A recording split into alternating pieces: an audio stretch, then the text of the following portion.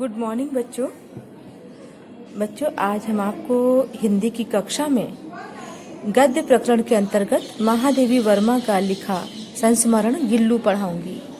ठीक है बच्चों, पाठ पढ़ने से पहले एक बात हम आपको और बता दें, चूंकि आपके कॉलेज खुल गए हैं तो आप लोग कॉलेज प्रिकॉशन के साथ आइए। जैसे बताया गया 2 गज की दूरी, मास्क है ज़रूरी, आप सभी लोग सुनते हैं, तो इसका ध्यान रखते हुए आप कॉलेज आइए। कॉलेज में आपको सारी सुविधाएं हैं, आपका सैनिटाइज क्लास है और आपको मास्क कॉलेज से भी दिए गए हैं। आप मास्क लगाइए, बच्चों से 2 गज की दूरी बनाए रखिए, है ना।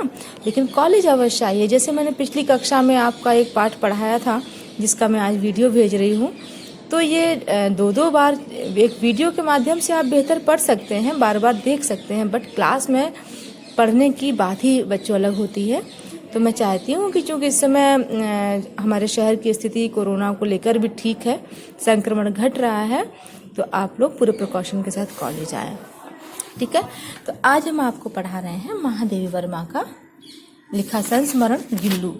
सबसे पहले तो महादेवी वर्मा के बारे में जान लीजिए। महादेवी वर्मा का जन्म फर्रुखाबाद में ये उत्तर प्रदेश में है। जन्म एवं मृत्यु, इनका जन्म का सन है 1907, मृत्यु 1987। पिता गोविंद शाह है, श्रीमती हेमा रानी देवी, वो शुक्लोत्तर युग की लेखिका थी। संस्कृत निष्ठ, खड़ी बोली, ये पूरा आपका विवरण दिया गया है।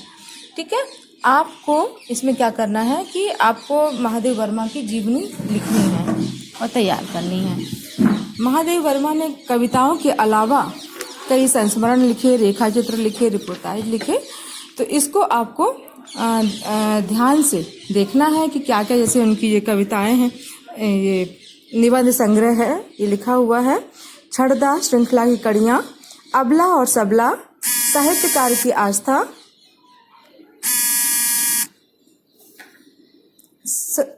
संकल्पिता आदि।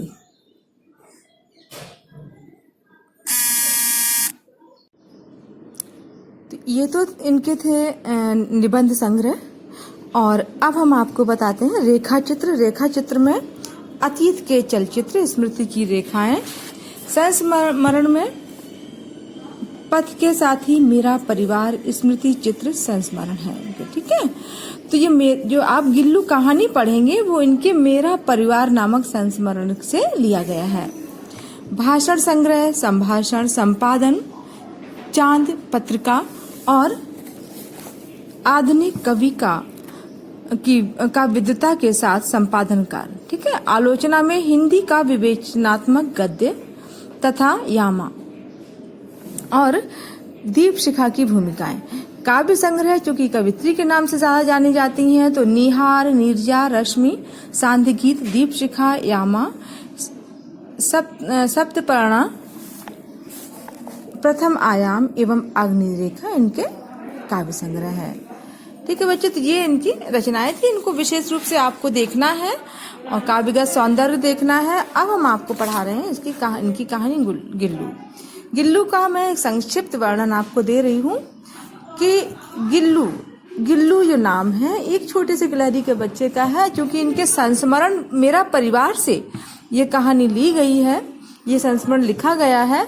तो इसमें क्या है कि जब वो महादेवी वर्मा अपने कमरे में बैठी हुई हैं तो वो देखती हैं कि एक छोटा सा बच्चा जो दिख नहीं रहा है और कौवे एक गमले के आसपास लगातार चारों तरफ घूम रहे हैं। तो बड़ा सुंदर उसका वर्णन किया है महादेवी जी ने कि वो देख रही कौवे गमले के आसपास घूम रहे हैं, लेकिन जब देखती हैं कि क्यों आसपास उसकी परिक्रमा कर रहे हैं तो ये पास जाके देखती हैं वह छोटा सा गिलहरी का बच्चा घायल अवस्था में है। वो लगभग मरणासन्न है, वो लग रहा था कि वो बचेगा नहीं, लेकिन महादेवी जी उसको पूरी सेवा के साथ अपने पास ले आती हैं, सेवा करती हैं, झूला बनाती हैं। उसका जो प्राकृतिक एवं मानवीय जो वर्णन उन्होंने किया है वो अतुलनीय है। महादेवी जी ने जिस तरह से बताया है कि गिल्लू कितना समझदार था, उसको प्लेट में अपने थाली में बैठा के खिलाना, साफ सुथरे तरीके से खाना खाता था, उनके साथ रहता था, उनकी हर भावनाओं से वो ऐसे जुड़ गया था जैसे वो उनके परिवार का एक हिस्सा हो। धीरे धीरे, चूंकि सभी जानते हैं कि गिलहरियों की उम्र कितनी होती है, 2 साल, तो गिल्लू भी अपनी उम्र पूरी उनकी हुई और वो अपने उम्र के साथ उनकी मृत्यु हो गई। लेकिन उस बीच जो दो वर्ष महादेवी जी के और गिल्लू के बीच का जो वो था, उसके बारे में उन्होंने संस्मरण में लिखा है। गिल्लू को उन्होंने एक समझदार प्राणी के रूप में परिभाषित किया है कि छोटा सा गिलहरी का बच्चा कैसे कितना सुंदर होता है। वो इसके लिए एक झूला नुमा उसका घर बनाती हैं। जब वो कहीं स्कूल से आती है तो कितना प्रफुल्लित होता है, ऊपर से नीचे तक दौड़ने लगता है। जब कभी वो बीमार होती है, थकी होती है, तो अपने छोटे छोटे पंजों से उनका माथा सहलाता है। इस प्रकार से ये कहानी है। ठीक है, तो इसको आप सबसे पहले तो इसकी रीडिंग आप स्वयं करिए। अगर आप कॉलेज नहीं आ रहे हैं तो उस पाठ को अच्छी तरह से पढ़िए, एक एक शब्द आपको समझ में आएगा। अब चूंकि ये गद्य है तो गद्य में हम जो प्रश्न आपके आते हैं तो इसमें क्या क्या आपका जो अंक भार है इसका वो होगा 7 नंबर का। ठीक है, जिसमें अंक भार इसका होगा 11 नंबर का, जिसमें 10 नंबर का, इसमें 3 नंबर की आपकी ये आएगी जीवन परिचय आएगा और इसके 2 नंबर का संदर्भ या उसके बारे में पूछा जाएगा और रेखांकित अंशों की व्याख्या। कुल मिला के आपका इस पार्ट से 10 नंबर का के क्वेश्चन आएंगे। ठीक है, तो अब मेन है कि आप जब कोई गद्यांश या दिया जाएगा तो उसका संदर्भ के अलावा रेखांकित अंशों की व्याख्या आपसे पूछी जाएगी। ठीक, तो आप उसको समझ लीजिए। मैं प्रमुख जो पैराग्राफ है वो मैं आपको बता दे रही हूँ। ये क्वेश्चंस हैं छोटे छोटे। इस पाठ में लेखिका के स्वभाव आदि के बारे में आपको क्या क्या ज्ञात होगा, लेखिका ने अपनी रचनाओं में किन किन शैलियों का प्रयोग किया है, ये आपको उनकी जीवन परिचय मिल जाएगा। गिल्लू कौन था, जब आप पाठ पढ़ेंगे तो गिल्लू एक छोटी सी गिलहरी का बच्चा था, उसका नाम गिल्लू रखा था। उसकी विशेषताएं भी आपको देखने को मिलेंगी। महादेवी वर्मा को विरह की गायिका के रूप में तथा आधुनिक मीरा के आधार पर कहा जा सकता है। ये भी आप जब उनकी जीवनी लिखेंगी तो आप उसको समझ जाएंगे। ठीक है, ये छोटे छोटे क्वेश्चन से आपको करने हैं। अब आता है कि मेन पैराग्राफ। मेन पैराग्राफ जैसे है इसमें, सोन जूही में आज एक पीली कली लगी थी, उसे देखकर अनायास ही छोटे जीव का संस्मरण हो आया जो इस लता की सघन हरितमा में छिपकर बैठता है और फिर मेरे निकट पहुंचते ही कंधे पर कूदकर मुझे चौंका देता है। तब मुझे कली की खोज रहती थी, पर आज उस लघु प्राणी की खोज है। यहाँ पर महादेवी जी गिल्लू के साथ बिताए क्षणों को याद करते हुए कहती हैं कि जब गिल्लू की जब मृत्यु हुई थी तो उन्होंने सोन जूही, क्योंकि उसी के आसपास वो खेलता था, तो सोन जूही के पेड़ के नीचे ही उसको मृत्यु होने के बाद उसकी मिट्टी में दबा दिया था, दफना दिया था।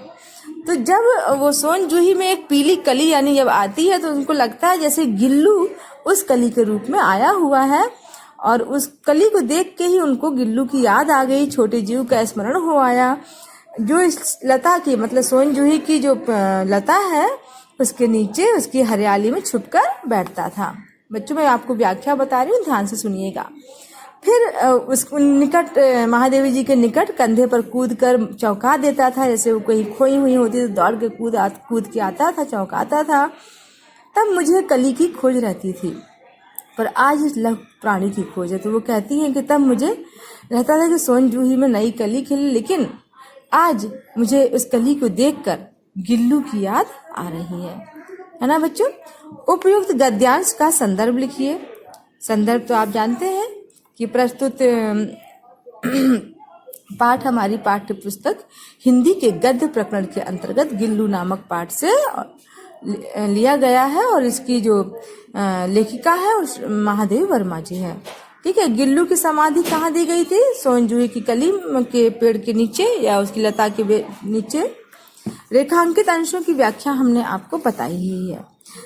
3 पैराग्राफ है, 4 जिनको आपको ध्यान से देखना है। अब दूसरा रेखांकित अंश में आइए। ये पहला तो ये है कि गिल्लू इनमें अपवाद था। ठीक है, तो अपवाद जैसे ही खाने कमरे में पहुंचती, बहुत सरल भाषा का प्रयोग किया है, जहाँ कठिन है। जैसे रेखांकित अंश इसमें क्या है गिल्लू वाले में, गर्मियों में जब मैं दोपहर में आती तो गिल्लू ना तो बाहर जाता, ना झूले में बैठता, ना मेरे निकट रहने के साथ गर्मी का एक सर्वथा नया उपाय खोज निकालता था। वह मेरे पास रखी सुराही पर लेट जाता था। इस प्रकार समीप भी रहता और ठंडक में भी रहता। यहाँ महादेवी जी कह रही है कि गर्मियों की दोपहर में जब वो आती थी पढ़ के, तो गिल्लू कहीं नहीं बैठता था। उसको लगता था कि जल्दी से महादेवी जी के पास जाके बैठ जाए चिपक के। तो उसके लिए उसने उपाय निकाला था कि उसको गर्मी भी ना लगे, तो वो सुराही रखी थी उनके बिस्तर के पास, वो उसी से चिपक के बैठता था।